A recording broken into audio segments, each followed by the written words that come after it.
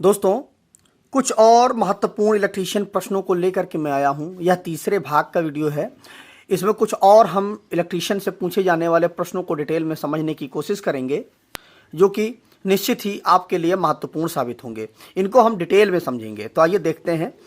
देखिए, कोई व्यक्ति विद्युत के संपर्क में है, उसे हम कैसे बचाएं?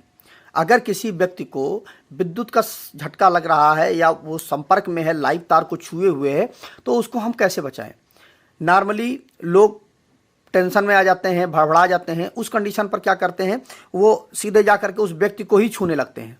तो कभी भी आप ऐसा ना करें। अगर आप जान गए हैं कि वह विद्युत के संपर्क में आ गया है, तो सबसे पहले उस व्यक्ति को आप नॉर्मली डायरेक्ट जा करके आप उसको ना छुएं।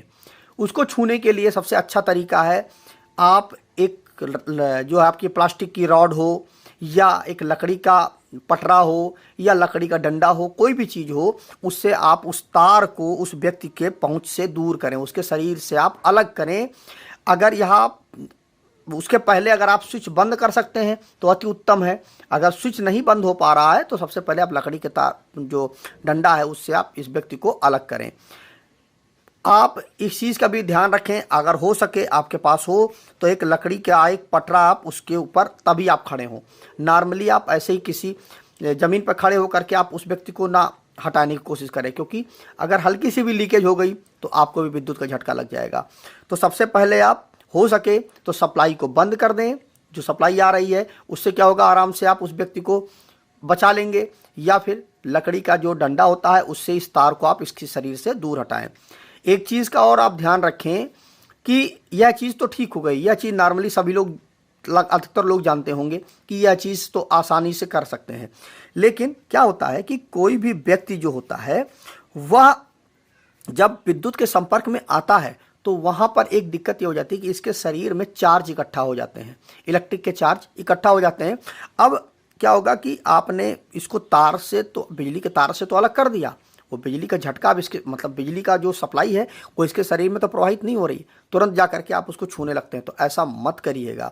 आप सबसे पहले उस व्यक्ति को कुछ सेकंडों के लिए, कुछ देर के लिए आप उसको छोड़ दें, या आप प्रयास कर लें कि अगर कहीं अर्थ वगैरह हो तो उससे उसकी बॉडी को हल्का सा टच करा दें। मतलब कुल मिला करके आपको ध्यानपूर्वक, या रबड़ का कोई दस्ताना हो उसको पहन करके ही आप उस व्यक्ति को छुएं। कुछ सेकंडों बाद वो चार्ज अपने आप खत्म हो जाएगा।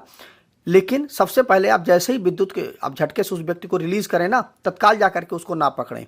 तो विद्युत के संपर्क में अगर कोई व्यक्ति है तो उसको कैसे बचाएं, इसी प्रकार से आप बचा सकते हैं कि लकड़ी का कोई पटरा हो, उसके ऊपर खड़े होकर के लकड़ी का जो डंडा हो उससे आप बिजली के तार को वहाँ से उसके शरीर से अलग कर दें, जिससे वह बच जाएगा। अगला है, बिजली की आग को हम कैसे बुझाएं? देखिए, बिजली की जो आग होती है वह साधारण आग नहीं होती है, जो हमारे घरों में नॉर्मली आग लग जाती है, जिससे सिलेंडर से लगने वाली आग हो गई। यह नॉर्मल आग नहीं होती। इसमें क्या होता है कि यह एक विशेष प्रकार की आग होती है, तो इसको विशेष प्रकार से ही बुझाया जाना चाहिए। देखिए, उसके लिए आप CTC के जो फायर एक्सटिंग्विशर आते हैं उसका उपयोग कर सकते हैं। आप CO2 के जो हमारा सिलेंडर आता है, फायर एक्सटिंग्विशर आता है, उसका उपयोग कर सकते हैं आप। या काफ़ी आसान तरीका होता है कि आपने देखा होगा कि जो सब स्टेशन वगैरह होते हैं या कहीं पर भी आपने देखा होगा कि इस तरह से बाल्टियां लटकी हुई होती हैं रेड कलर की, और इसके अंदर रेत भरी हुई होती है, और उस पर क्या लिखा होता है, आग लिखा हुआ होता है। तो यह आग जो होता है, आग का मतलब ये हुआ कि यह आग बुझाने के लिए ही इसका उपयोग किया जाएगा।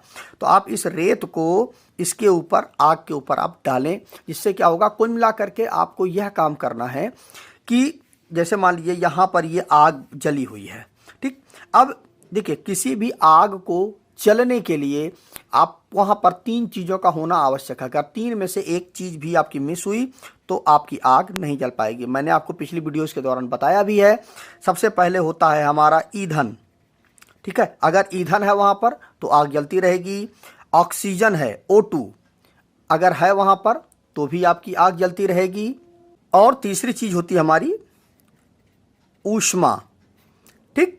इन तीनों चीज़ों का होना आवश्यक है। अगर तीनों में से कोई भी एक चीज़ अगर मिस होती है तो देखिए, जैसे हमने ऊष्मा को मिस कर दिया, ऊष्मा को हमने छुपा लिया, हाँ वहाँ पर नहीं है, मतलब चिंगारी या आग नहीं है, तो क्या होगा, ईंधन के रहने से, ऑक्सीजन के रहने से भी कोई प्रभाव नहीं पड़ेगा। यदि हमने ऑक्सीजन को वहाँ से हटा दिया तो ईंधन और ऊष्मा रहने से कोई प्रभाव नहीं पड़ेगा। यदि आपने ईंधन को बंद कर लिया वहाँ पर तो क्या होगा, ऊष्मा और ऑक्सीजन मिल करके भी आग को नहीं जला पाएंगे। मतलब आग को बुझाने के लिए कुल मिला करके आपको किसी एक चीज़ को बंद करना पड़ेगा। अब आपने क्या किया कि मान लीजिए यहाँ पर आग जल रही है, तो आपने क्या किया, रेत डाल दिया इसके ऊपर, तो रेत क्या करेगी, इसके चारों ओर फैल जाएगी और इसको पूरी तरह से ढक लेगी। तो यहाँ पर क्या होगा कि आग तो है, ऊष्मा तो है, ईंधन तो है, लेकिन आपने क्या किया, रेत को ढक करके यहाँ पर आपने ऑक्सीजन की जो सप्लाई थी वो रोक दी। ऑक्सीजन की सप्लाई रोकने से एक चीज़ मिस हुई, तुरंत आपकी आग बुझ जाएगी। अगर आपने CO2 का सिलेंडर है आपके पास, अगर आपने उसको आग के ऊपर डाला तो वहाँ पर भी क्या होगा, CO2 मतलब हो गया कार्बन डाइऑक्साइड। तो आग को जलने के लिए किसकी ज़रूरत है, ऑक्सीजन की ज़रूरत है, और आपने वहाँ पर रख क्या, पहुँचा क्या दिया, कार्बन डाइऑक्साइड पहुँचा दिया, तो भी आपकी आग बुझ जाएगी। मतलब आपको इन तीनों में से किसी एक चीज़ को बंद करना है। आप अगर ईंधन को बंद कर सकते हैं, मतलब जो बिजली के तार वगैरह हैं उनको आप काट करके अलग कर सकते हैं, तो भी आपकी आग बुझ जाएगी, लेकिन सप्लाई चालू है तो यह तो संभव नहीं है हमारा। ऊष्मा है, आग जो है, चूंकि आग तो लगी चुकी है तो इसको भी आप नहीं हटा सकते हैं। सबसे आसान तरीका है ऑक्सीजन की सप्लाई वहाँ पर यदि आप रोक दें तो आपकी जो सप्लाई है, जो आपकी जो आग जलने की जो कारण है वही ख़त्म हो जाएगा और आपकी आग बुझ जाएगी। अगला है हमारा, ओवरहेड लाइन पर कैसे काम करें। देखिए, जब भी ओवरहेड लाइन मतलब ये हुआ कि जो हमारे घरों में जो सप्लाई आती है वह जो किसी जो तार हमारा पोल होते हैं उनसे सप्लाई होकर के आती है। अब क्या हुआ, वहाँ पर यदि आप काम करने के लिए जा रहे हैं तो क्या करें। देखिए, जैसा मैंने आपको पिछली वीडियोस के दौरान बताया है कि जैसे हमारा जो सप्लाई आती है, आप अगर यहाँ पर काम कर रहे हैं ना और सप्लाई अगर इधर से आ रही है तो इस वाले हिस्से पर आप यहाँ पर एक लोहे की चेन डाल दें, तीनों तारों पर, तीनों फेसों पर। सप्लाई तो आपने बंद कर रखी है, सप्लाई बंद करने के बाद इस पर आप तीनों फेस डाल दें, तीनों फेसों को शॉर्ट कर दें और इसको आप ज़मीन के साथ ग्राउंड कर दें, मतलब अर्थिंग से आप इसको कनेक्ट कर दें। उससे क्या होगा कि जो भी सप्लाई अगर मान लीजिए कोई गलती से ऑन भी कर देता है तो भी उस कंडीशन पर आप यह सुरक्षित हो जाएंगे कि जैसे ही यहाँ पर सप्लाई आएगी, क्योंकि तीनों फेस शॉर्ट हैं, तो आपका जो ब्रेकर है वो ऑन नहीं होगा, जो इनपुट सप्लाई का ब्रेकर है वो ऑन ही नहीं होगा, तो सप्लाई यहाँ आएगी ही नहीं। और अगर किसी कारण से थोड़ा बहुत आ भी जाती है तो अर्थ आपने कर रखा है तो पूरी तरह से आप सुरक्षित रहेंगे। तो कभी भी इलेक्ट्रिसिटी पर काम, मतलब ओवरहेड लाइन पर काम करने से पहले आप तीनों फेसों को शॉर्ट करके उनको अर्थ कर दें, तभी आप काम करें। यह भी ध्यान रखिएगा, अगर इधर से सप्लाई आ रही है तो यहाँ पे आपको शॉर्ट करना है, मतलब जिस साइड से सप्लाई आए उसी साइड को आपको शॉर्ट करना है। इस चीज़ का ध्यान रखिएगा। अगर आप यहाँ पे काम कर रहे हैं और इस साइड का आपने शॉर्ट कर दिया तो सप्लाई तो यहाँ पे आकर शॉर्ट होगी ना, तब तक तो आपका काम हो जाएगा। अगर आपने यहाँ पे यदि आप बीच में काम कर रहे हैं तो यहाँ से सप्लाई आ रही है तो यहाँ पे मतलब आपको सप्लाई से पहले ही शॉर्ट कर देना है, इस चीज़ का ध्यान रखिएगा। तो इस तरह से आपको ओवरहेड लाइन पे काम करना है। अगला है हमारा, इलेक्ट्रोलाइट कैसे तैयार करते हैं। तो देखिए, इलेक्ट्रोलाइट जो होता है उसको तैयार करने के लिए जो हमारा पानी होता है उसमें बूंद बूंद करके हमें तेजाब डालते हैं। यदि हम उसमें, तो हमारा इलेक्ट्रोलाइट तैयार हो जाएगा। बूंद बूंद करके हमें तेजाब इसमें डालना पड़ेगा तो हमारा इलेक्ट्रोलाइट तैयार हो जाएगा।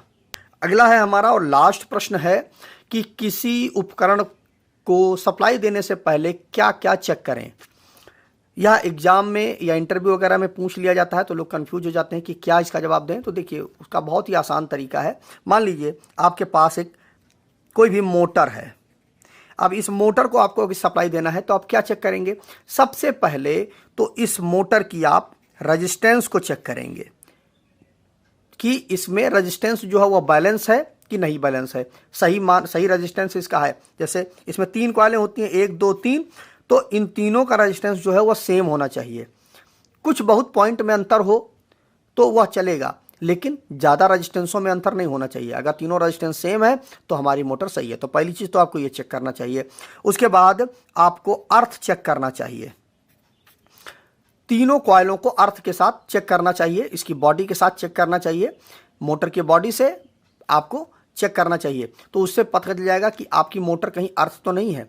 अगर मोटर अर्थ है तो वह मोटर आपकी सही नहीं है, तो भी आप इसमें सप्लाई मत दीजिए। पहला काम तीनों का रेजिस्टेंस आप चेक कर लें, दूसरा काम अर्थ चेक कर लें, मोटर का कि मोटर हमारी मोटर कहीं अर्थ तो नहीं है, और इसके बाद तब जा करके आप इसमें सप्लाई दें, जिससे कि ना आपको भी कोई दिक्कत होगी और ना ही किसी मोटर को कोई दिक्कत होगी। और एक चीज़ का भी और इसमें ध्यान रख सकते हैं कि कभी कभी होता है कि सिंगल फेस की मोटर है और आप चेक कर रहे हैं, ठीक, तो उसमें भी 3 तार हो जाते हैं, एक फेस का हो जाएगा, एक न्यूट्रल का हो जाएगा और एक अर्थ का हो जाएगा।